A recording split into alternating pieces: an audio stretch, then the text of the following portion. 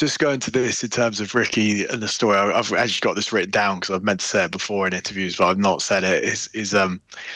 I went and did a podcast at his house a couple of years ago, and I was at the gym and he was working with his fighters. And Ricky had a mansion called the Heartbreak, right, which is his house, and he was a huge Elvis fan. And I was at the gym and he was training the fighters, and he said, "Oh, gonna be a little while yet. Go and let yourself in." He gave me the keys. Like, go and let yourself in and get set up.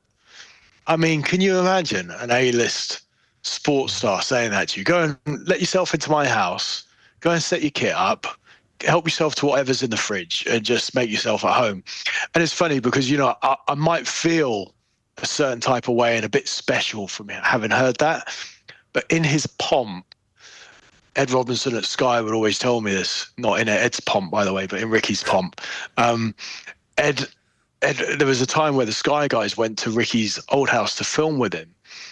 And Ricky was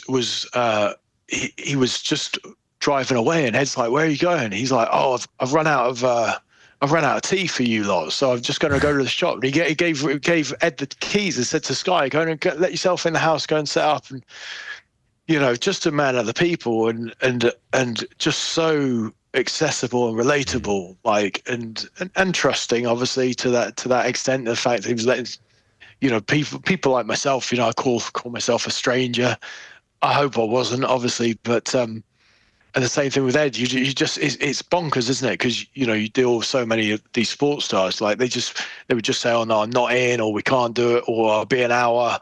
And Ricky, like, it was just never an issue. It's like, yeah, let's just let yourself in and we'll crack on.